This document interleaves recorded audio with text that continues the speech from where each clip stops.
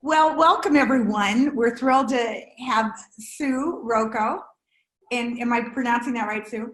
It's actually Rocco. Rocco. Okay, I want to say it right. Sue Rocco. Okay, sorry. And I'm thrilled. Sue's in Philadelphia, right? I am.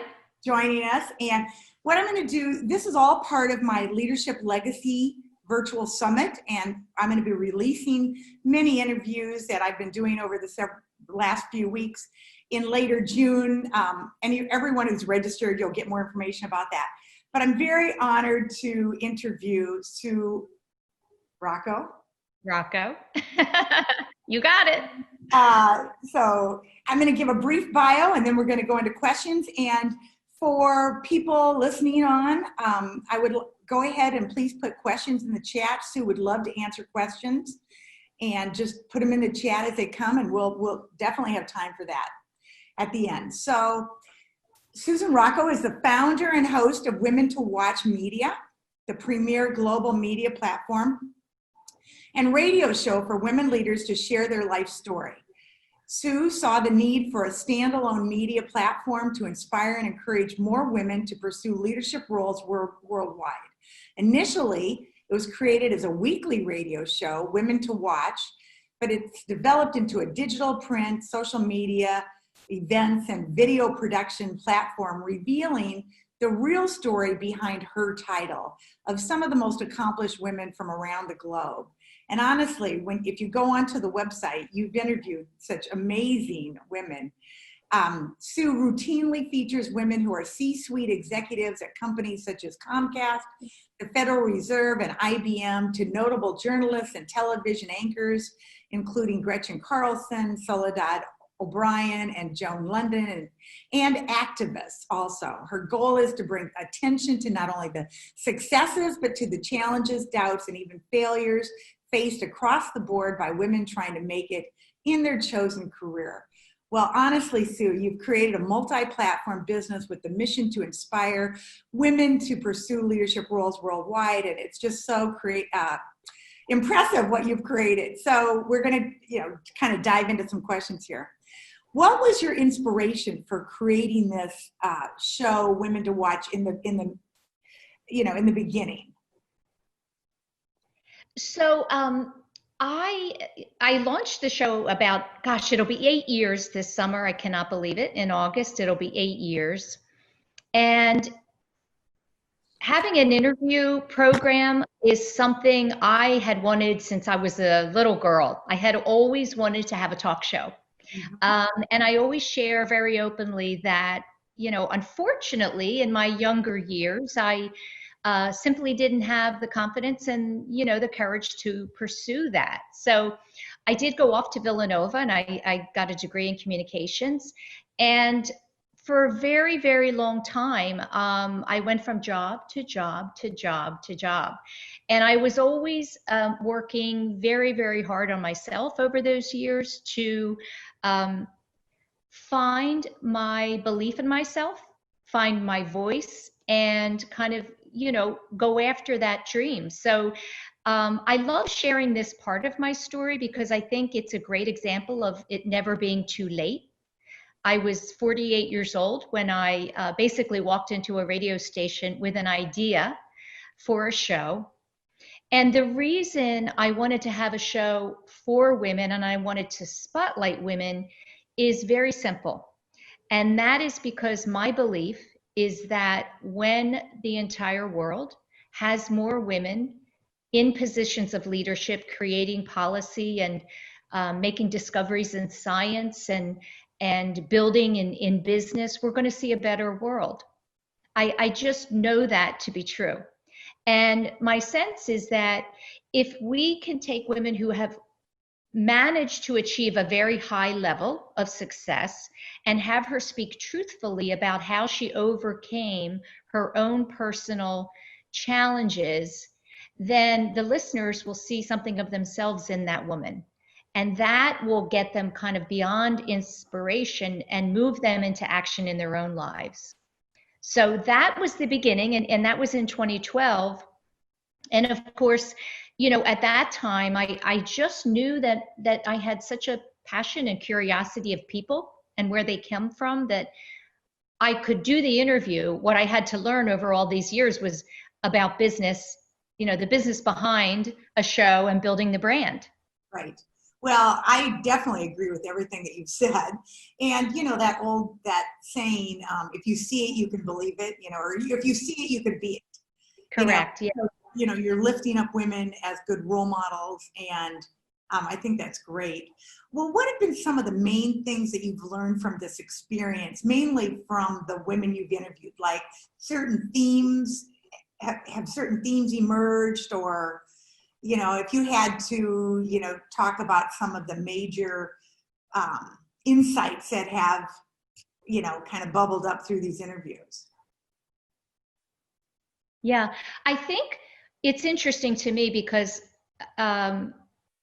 there are differences in every story. So there's an original, one-of-a-kind story for every woman, which is fascinating to me. And at the same time, there's these commonalities, right? So I think what we all share is that sometimes that hesitation, I think we kind of maybe backtrack a little bit and go to that place we were when we were a little girl, and we have that lack of belief, or that tendency to compare ourselves and look outward for answers, when really what we should be doing is looking within ourselves. Because, and I shared this with you, Jann, when we were kind of talking about what the topics would be, that one of the greatest lessons I've ever learned is that all of the answers, all of the things that will move me forward in life, I have already.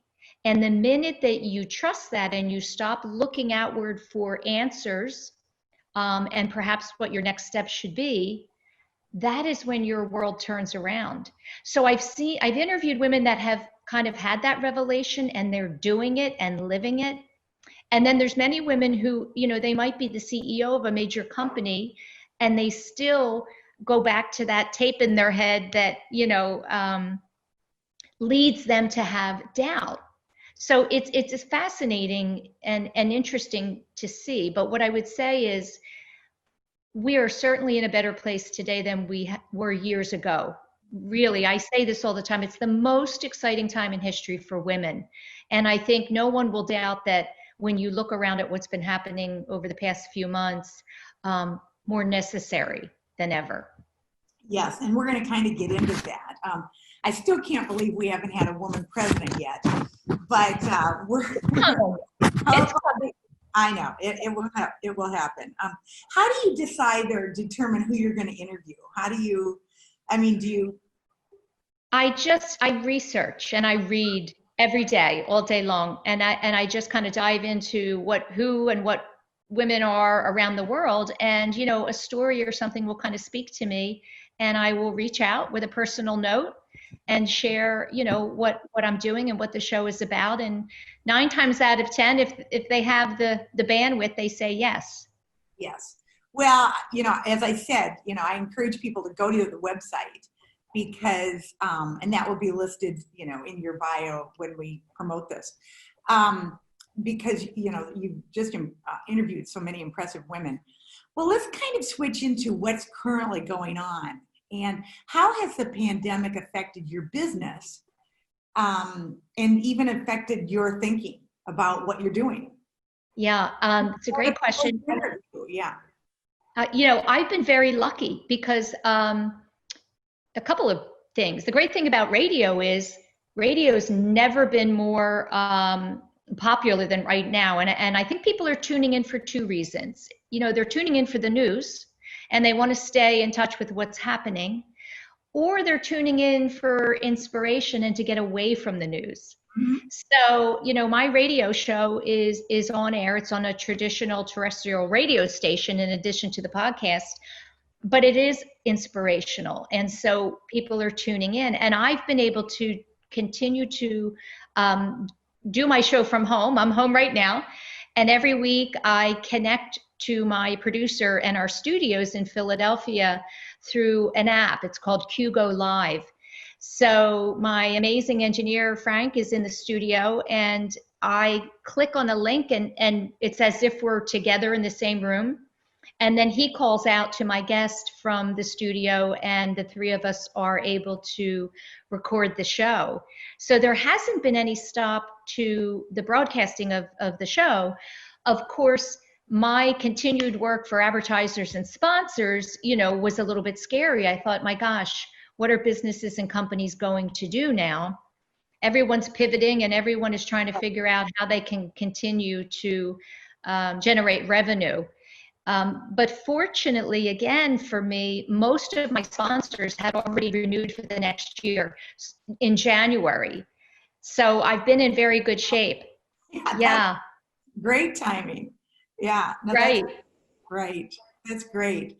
Well, that's wonderful. And, I don't know if you remember, but we spoke a few years ago because I say I like to be the Dr. Ruth of second half of life. And what I mean by that is, Dr. Ruth started off with a radio show. I'd love to have a Q&A where people just call in with questions and which is, so anyway, I really admire what you're doing and I think it's great. How can women use their voices now, either during the pandemic or particularly during the racial tension that's going on? I'm in a women's executive group and we had two women this week from the group give kind of update us. And both of these are African-American women, but update us on, what's happening. They're often included in conversations going on around our city, which is Des Moines, Iowa. And as a group, the question was, what can we as a group do? How can we use our voice to help either educate people about racial differences? And I used to teach a diversity course. So I don't know, it's just how can women use our voices now to make a difference? Well, when we use that phrase, use your voice, to me, what that means is simply speaking the truth. Mm-hmm. So wherever you are, if you're in a conversation one-on-one with someone, using your voice is just, speaking from the heart about what you believe. And then some women have an opportunity to be on a global stage and speaking to thousands, of other women. And that is impactful in a different way. Mm-hmm. So I think it's important for women to know you don't have to be on a global stage to have impact. Yes. Sometimes I think it's even more powerful in a very intimate one-on-one conversation with someone where there's an opportunity for them to switch their thinking, perhaps. And, that to me is really what that means. So I think it's important that we're not looking to the masses to form our opinions and our views and our perspectives. Mm-hmm. It all comes back to what's inside. And so when we talk about women, why do we even want women's voices heard? Why do we want them in leadership positions? Because what we know is we're so incredibly intuitive and we see things, frankly, that men don't see. I really believe that. And people probably experience that if you just have a partner or a husband or a boyfriend and you go somewhere and you're recognizing and noticing things in people and they have no idea what you're talking about. Yes. That's an intuitive nature that is really important when you are coming together as a group, whether it's an activist group or it's a business or it's in politics, to be able to connect with people and then bring about change. Right. Yeah. Does that make sense? Yes, it does. And I think again, it's kind of a numbers game. You have to get enough, whatever the diversity is you want, whether it's women or people of color or disabilities, you need to get enough so that it's natural. It's not a big deal. I have to say, I've been very, very hopeful in, there's been a lot, going on that's horrific. Yes. I would say that there's proof to me when you look at the numbers of peaceful protesters all around the globe and you see the diversity within these groups, these people who are walking, that to me, it says a lot about what most people think and what most people want. and it is a lot of young people, so I think there's a lot of hope in the next generation who are just frankly tired Right. of the fight and the discussion. Right. No, I totally agree. In fact, last night my husband said, we need to be joining a protest. And I'm like, I agree. I don't know. We just haven't, we need to, and we just haven't done it yet. And I don't know why, because we definitely believe in peaceful protest and, making your voices heard that way. So, well, that's wonderful. Well, we're going to shift gears a little bit, and this is my passion topic now, and it's legacy. And how do you define legacy, or what does it mean to you, even when I just say that word? So when I hear the word legacy, I immediately think, what are you leaving behind when you're gone, right? That's the very first thing I think of. And I might have a different perspective on this, on legacy or No, that's great. Go ahead. So I think it's a mistake to focus too much of our attention on what our legacy will be, or what we will leave behind, or what people think of us. I think the opposite is what will lead to a legacy, and that is to try to determine what brings me meaning here today in my life, right? It doesn't necessarily have to be your purpose. What do I want and need to do? What am I yearning for that brings me meaning? And when you do that in your life, inevitably you will be leaving behind a beautiful, wonderful legacy. So it shouldn't be about making your decisions and doing what you're going to do because you want to be thought of as a certain person. It really is more about, again, looking within, what am I here to do? What is my one-of-a-kind original contribution? And then a legacy will be formed from that, a beautiful, right legacy.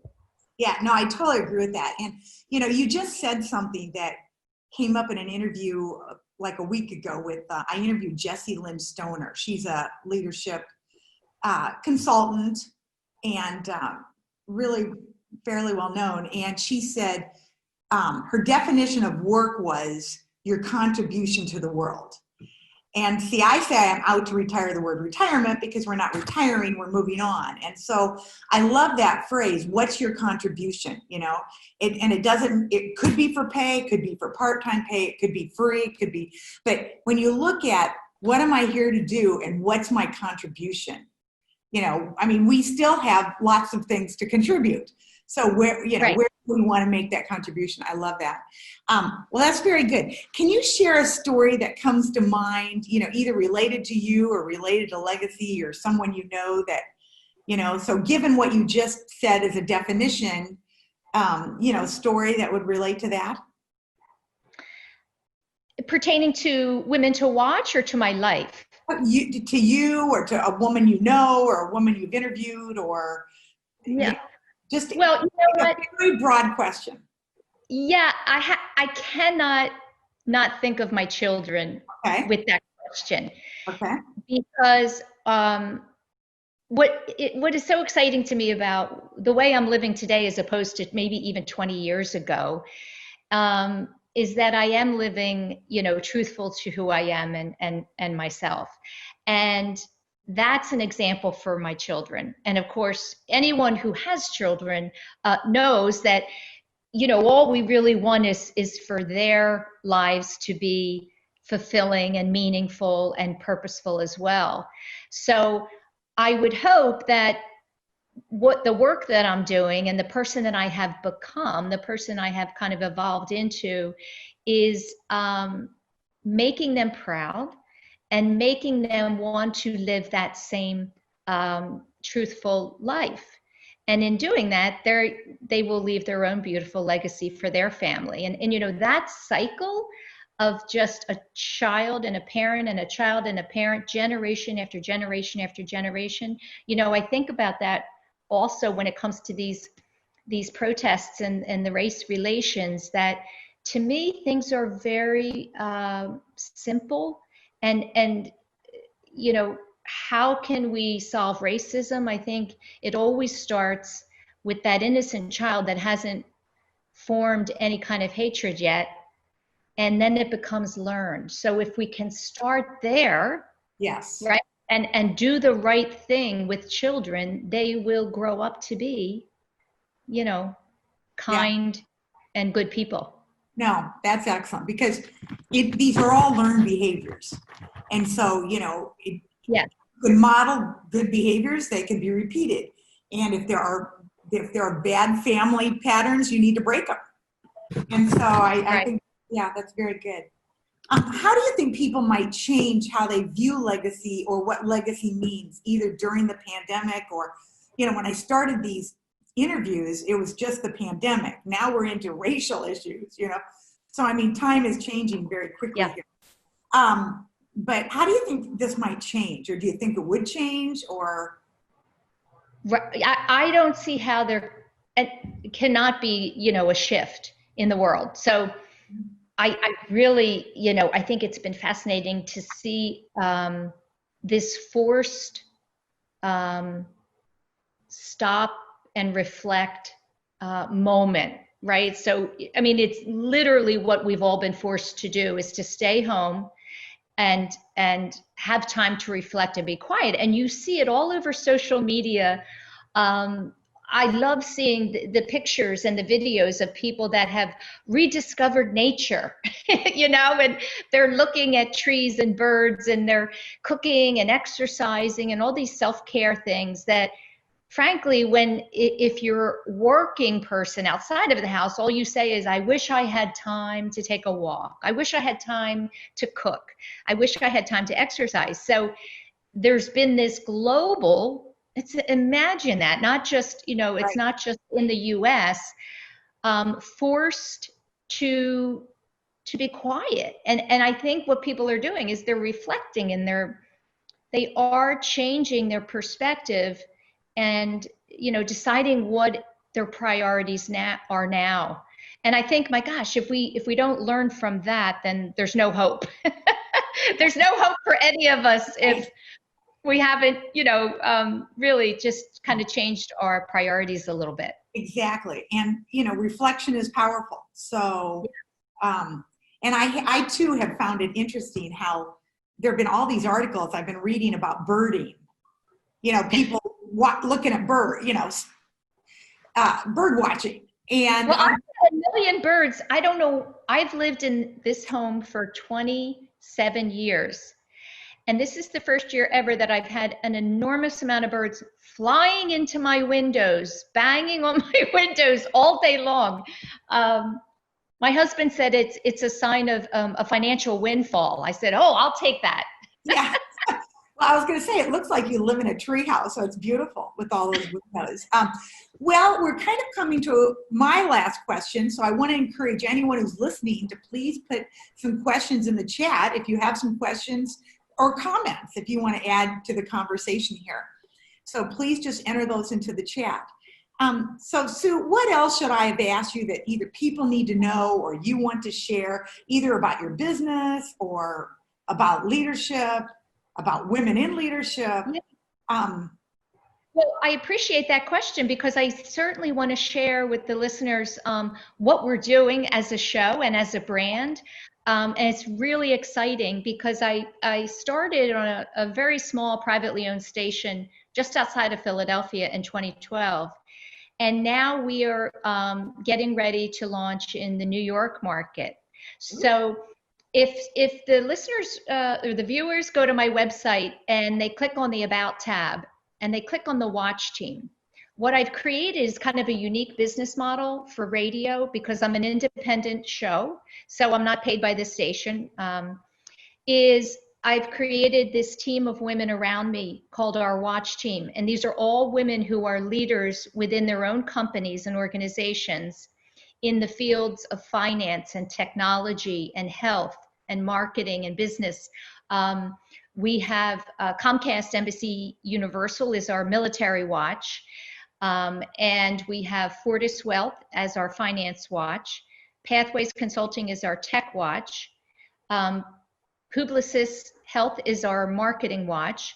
Jefferson University Health is our health watch, and Ballard Spahr is a national law firm, is our legal watch.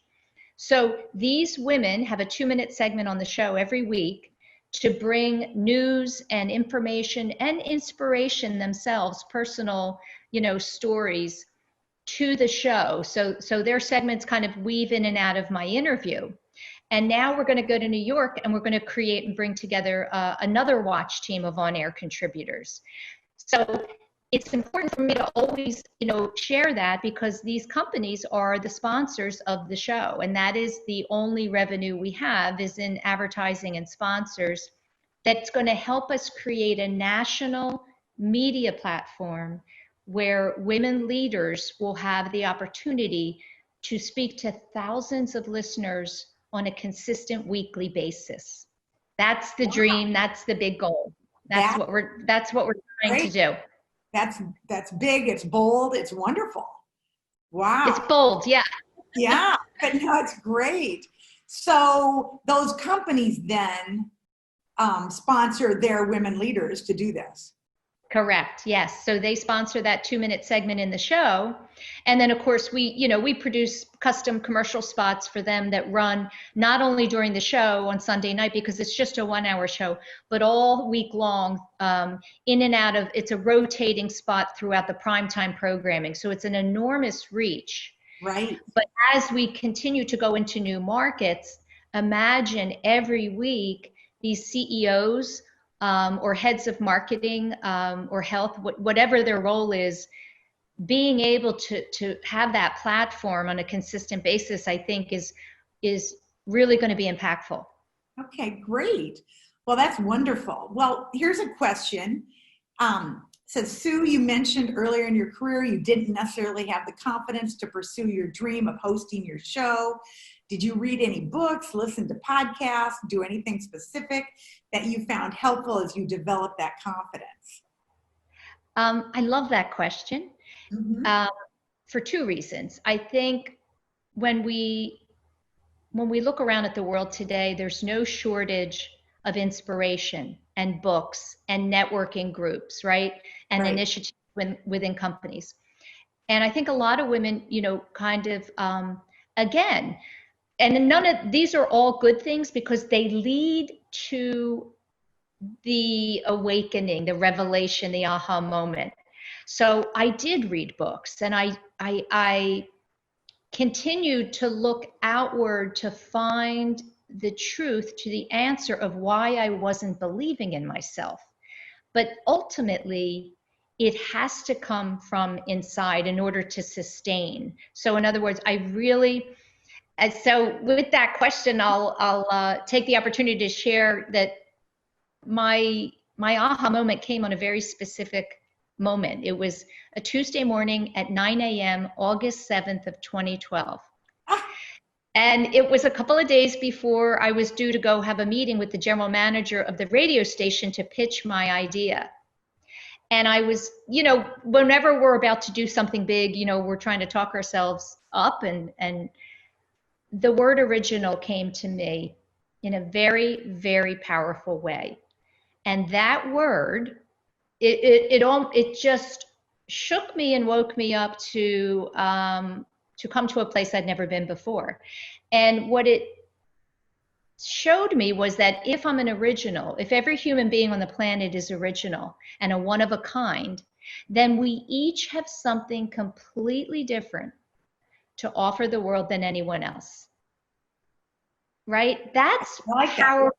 That is really, really powerful. And I think we don't recognize the power of that enough. We hear that we're unique and special and everyone has different gifts, but to really take that in and let it settle in your bones, I decided that day I was just going to go out into the world as Sue Rocco and not look around anymore at what anyone else was doing. And it turned my life around.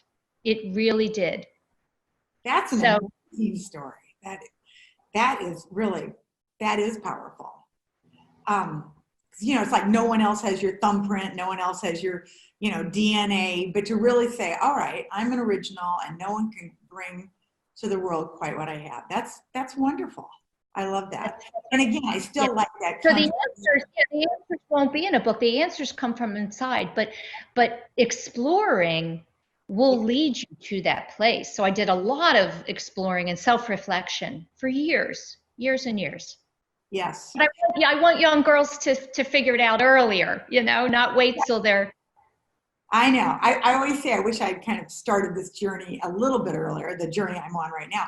But it's all Yep. part of the journey. I guess I'm just extending the journey. That's right. We weren't ready before. We were not ready before. Yeah, we weren't ready. Yeah, that's true. Well, do we have any other questions for the chat? I know we've got a few other panelists on, or participants here. Any other questions in the chat? Sue, anything else you want to share that you think we need to know? Words of wisdom. Words of, well, gosh. Yeah, I think I'm just going to say that I always am hopeful. That's just my nature. And I think, I'll say it's so scary right now. It really is. I'm always in touch with the news and watching and reading because I have to be for the show, but I definitely have taken a lot more time to turn it off and just do other things because it's too much. Sometimes it's just too much information, and we don't always have to be in the thick of it. We don't have to always be having that pressure of what can I do? What action can I take? Again, I think the best thing we can do is to make ourselves whole, because that spreads to the people around us, and then that continues to spread. So don't have so much pressure to feel, as though we have to change the world right now and do something, because I think women do that innately. We all want to, we are peacemakers and we all want to make the world a better place. But sometimes to do that, it means walking away from the crazy, in order to just have ourselves feel healed and better. And then we'll make the right choices. As Glennon Doyle Melton says, just do the next right thing. I don't know. Some of the people here might know her and her book. She's an incredible human being. And when I read her book, that one line helped me greatly with the overwhelm. She said, don't think about the big picture, just do the next right thing. And so for me, the right thing right now is talking to you. Right. Yeah. Tell me the name of, I didn't catch the author's name. Yes, her name is Glennon, Glennon Doyle. Okay, great. She's actually married to Abby Wambach right now. Her life story is absolutely an original, one of a kind, unbelievable. Oh, interesting. Yeah. Yeah, I was a soccer mom forever, so. Okay, and her latest book is called Untamed. Okay. And it's just flying out of the store and off the shelves. Okay, interesting. Very good. Well, Sue, I'm honored. Thank you so much for helping me in this way. And I always say that my goal is to help people make the rest of life the best of life. And so may the rest be the best for you. Thank you so much. I really appreciate the invitation. I'm very honored, Jann. Thank you. And I follow your radio show, and you're doing fabulous work. So keep it up. Keep inspiring the rest of us, okay? Thank you. Have a good day, everybody. Thank you. Bye-bye.